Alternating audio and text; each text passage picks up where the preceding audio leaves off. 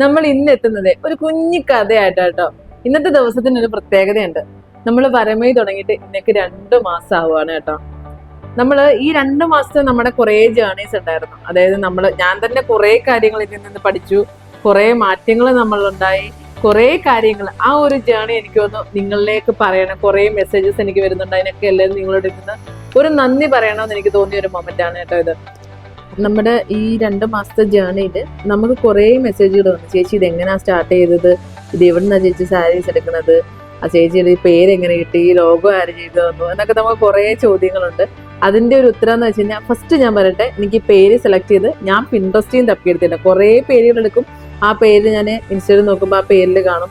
അപ്പോൾ അതുകൊണ്ട് ഞാനിത് കുറേ തപ്പിയതിന് ശേഷം പിന്നെ വുമൻസിൻ്റെ ഒരു ക്ലോത്തിങ് ബ്രാൻഡ് ആകുമ്പോൾ വുമൻസിനെ ഒരു ടച്ച് ചെയ്തൊരെണ്ണം വേണം എന്നുള്ള രീതിക്കായിരുന്നു ഞാൻ വരമൈ എന്നുള്ള പേരിലേക്ക് എത്തിയത്. വരമയുടെ ഒരു മീനിങ് വരുന്നത് റെസ്പെക്റ്റഡ് വുമൻ എന്നാണ് വരുന്നത്. അപ്പം അങ്ങനെയാണ് ഞാൻ ഇതിലേക്ക് എത്തിയത്. ഇതിൻ്റെ ലോഗോ പോലും എനിക്ക് ആരും ക്രിയേറ്റ് ചെയ്തതെന്നല്ല, ഞാൻ പിൻട്രസ്റ്റിൽ നിന്ന് ഒരു ഫോട്ടോ എടുത്ത് അത് ChatGPT ഇട്ട് ഞാൻ സ്വയം ക്രിയേറ്റ് ചെയ്തെടുത്ത ഒരു ലോഗോയാണത്. അതും എനിക്ക് ആരും ക്രിയേറ്റ് ചെയ്യുന്നത്. ഫസ്റ്റ് എനിക്ക് ആ ചോദ്യത്തിനുള്ള ഉത്തരവാണ് ഞാനിപ്പോൾ പറയുന്നത്.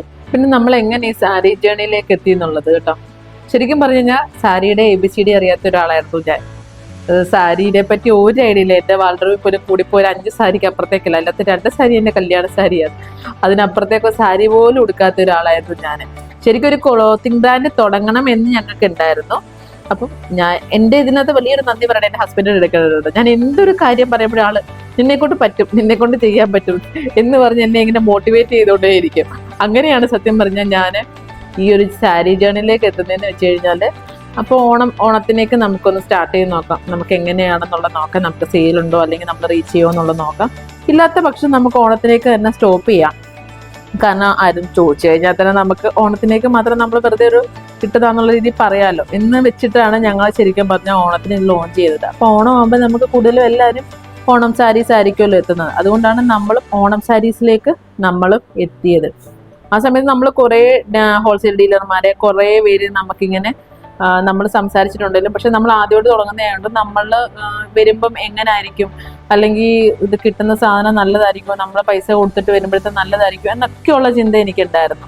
അപ്പം ആ സമയത്ത് അതുകൊണ്ട് തന്നെ ഞങ്ങൾ ഓർത്തു നമുക്ക് തന്നെ പോയി സെലക്ട് ചെയ്തെടുക്കാം എന്ന് വിചാരിച്ചു. അപ്പോൾ ഈ സാധനങ്ങൾ എവിടെ നിന്നാണ് വരുന്നതെന്നോ ഇന്ന് കൂടി ഒരു ഐഡിയ ഇല്ലാത്ത ആൾക്കാരായിരുന്നു ഞങ്ങൾ 2 പേരും.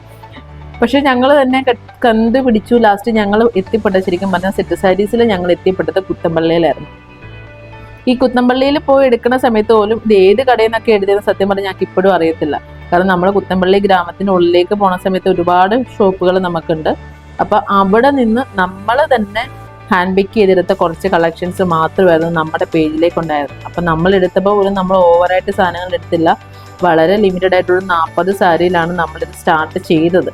ഈ 40 സാരി എടുത്തപ്പോൾ പോലും അതിനകത്തൊന്നും ഓരോ സാരീസിൽ ഒരു 4 പീസ് 5 പീസ് എന്നുള്ള രീതിക്ക് മാത്രമേ ഉണ്ടായിരുന്നുള്ളൂ. സെയിലായി പോയില്ലെങ്കിൽ നമ്മൾ എന്ത് ചെയ്യും എന്നുള്ള രീതിക്ക് നമ്മൾ അങ്ങനെ തന്നെ എടുത്തത്. പക്ഷേ നമ്മളിത് എടുത്ത് നേരെ ഞങ്ങൾ ഫ്ലാറ്റിൽ വന്നു. ഫ്ലാറ്റിൽ വെച്ചിട്ടാണ് നമ്മളിത് ചെയ്തിട്ടേ ഇരുന്നത്. അപ്പം നമ്മൾ ഫസ്റ്റ് തന്നെ നമ്മൾ ചിങ്ങം 1 ഇത് ഓപ്പൺ ആക്കി. ഞാനൊരു ചിങ്ങം 8-ാം തീയതി ആയപ്പോഴത്തേന് ഞാൻ സെയിൽ ക്ലോസ് ചെയ്തു. ഞാൻ ചിങ്ങം 1 നമ്മളൊരു ഇൻട്രോ വീഡിയോ ഒക്കെ ഇട്ട് വന്നപ്പോഴത്തേന് നമുക്ക് കിട്ടിയൊരു റെസ്പോൺസ് അതേപോലെ ആ 1-ാം തീയതി തന്നെ നമുക്ക് കൊറിയർ ഇതെങ്ങനെ ഏത് വഴി കൊറിയർ അയക്കുമെന്ന് പോലും അറിയാത്തൊരു ആൾക്കാരായിരുന്നു ഞങ്ങൾ. അന്ന് തന്നെ നമുക്ക് കുറേ ഓർഡേഴ്സ് അത് പിന്നെ നമുക്ക് അറിയാവുന്ന കുറേ ആൾക്കാരായിരുന്നു എന്ന് പറയാം. പക്ഷെ പിന്നെ നമ്മൾ വീഡിയോസ് ഇട്ട് തുടങ്ങിയപ്പോഴത്തേന് നമുക്ക് വന്ന റെസ്പോൺസ് ഭയങ്കര മെസ്സേജുകളായിരുന്നു നമുക്ക് വന്നുകൊണ്ടേയിരുന്നത്. അപ്പം നമുക്കിത് ഞങ്ങൾ ഒറ്റയ്ക്കായിരുന്നു അത് ചെയ്തിട്ടിരുന്നത്. അപ്പം ഞാൻ തന്നെ ഈ ഇൻസ്റ്റയിലെ മെസ്സേജിന് റിപ്ലൈ കൊടുക്കും, വാട്സപ്പിലെ മെസ്സേജിന് റിപ്ലൈ കൊടുക്കും. അതിനിടയ്ക്ക് ഓർഡർ വരുന്നത് ഞങ്ങൾ പാക്ക് ചെയ്തു, അതിനിടയ്ക്ക് വീഡിയോ പോകും. അപ്പോൾ ഫുള്ളി ഞങ്ങൾ ഇതിനകത്ത് തന്നെ എനിക്ക് അനങ്ങാൻ പറ്റാത്ത രീതിയിലേക്കായിപ്പോയി. അപ്പോൾ എനിക്ക് ഓൾറെഡി വേറെ ബിസിനസ് ഉള്ള ഒരാളാണ് ഞാൻ. അപ്പോൾ ആ സമയത്ത് എനിക്ക് അതിലും ഫോക്കസ് ചെയ്യാൻ പറ്റുന്നില്ല. എല്ലാത്തിലും ഞാൻ ഇതിനകത്ത് ഭയങ്കര സ്റ്റക്കായിപ്പോയി. പക്ഷേ സ്റ്റക്കിനേക്ക് ഉപരി എനിക്ക് ഭയങ്കര ഹാപ്പിനെസ് ആയിരുന്നു. നമ്മൾ തുടങ്ങിയ ഒരു സാധനം അത്രയും നന്നായിട്ടുണ്ട് പോകുന്നുണ്ടല്ലോ എന്നുള്ള രീതിയിൽ നമുക്കൊരു സെയിൽ നടന്നില്ലെങ്കിൽ നമുക്കത് ഭയങ്കര വിഷമമായി പോകും. അതിനൊക്കെ ഉപരി നമ്മൾ അത്രയും നന്നായിട്ട് പോയല്ലോ എന്നുള്ളതിൽ എനിക്ക് ഭയങ്കര സന്തോഷം തോന്നി. അതിനൊക്കെ ഉപരി എന്നിടയ്ക്ക് വരുന്ന മെസ്സേജിന് ശേഷം നിങ്ങളുടെ പേജിലെ കളക്ഷൻസ് നല്ലതാട്ടോ എന്ന് പറയുമ്പോൾ തന്നെ എനിക്ക് അതിനേക്കാൾ വലിയൊരു സന്തോഷമായിരുന്നു. നമ്മൾ ഈ സാരീസ് എടുക്കണ സമയത്തേക്ക് നമ്മൾ ചിന്തിച്ചിട്ടുണ്ട് ഏത് ടൈപ്പ് സാരീസ് നമ്മൾ ഇതിനകത്ത് സെല്ല് ചെയ്യും എന്നൊക്കെ നമ്മൾ ചിന്തിച്ചിട്ടുണ്ടായിരുന്നു.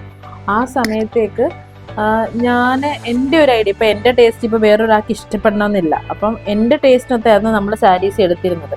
അന്നിപ്പോൾ എല്ലാവരും കൊടുക്കുന്ന പോലെ കസവ് സാരി അതിൽ നിന്ന് മാറി എനിക്ക് കുറച്ച് ഫ്ലോറൽ പ്രിന്റ്സ് മാത്രം മതി എന്നുള്ളവരായിരുന്നു ഞാൻ വിചാരിച്ചത്. കാരണം ഇപ്പോഴത്തെ ട്രെൻഡിങ്ങിൽ ഓടിക്കൊണ്ടിരുന്ന ഫ്ലോറൽ പ്രിന്റ്സ് ആയിരുന്നു. അപ്പോൾ ആ രീതിയിലുള്ള സാരീസ് മതി എന്നുള്ള രീതിക്കായിരുന്നു. അങ്ങനെ ഞാൻ തന്നെ പോയി ഞാൻ തന്നെ സെലക്ട് ചെയ്തു. എടുത്തിട്ട് വന്ന കുറച്ച് കളക്ഷൻസ് ആയിരുന്നു നമ്മൾ നമ്മുടെ സെറ്റ് സാരീസിൽ നമ്മുടെ തന്നെ പേജിൽ നമ്മൾ പോസ്റ്റ് ചെയ്തിരുന്നു.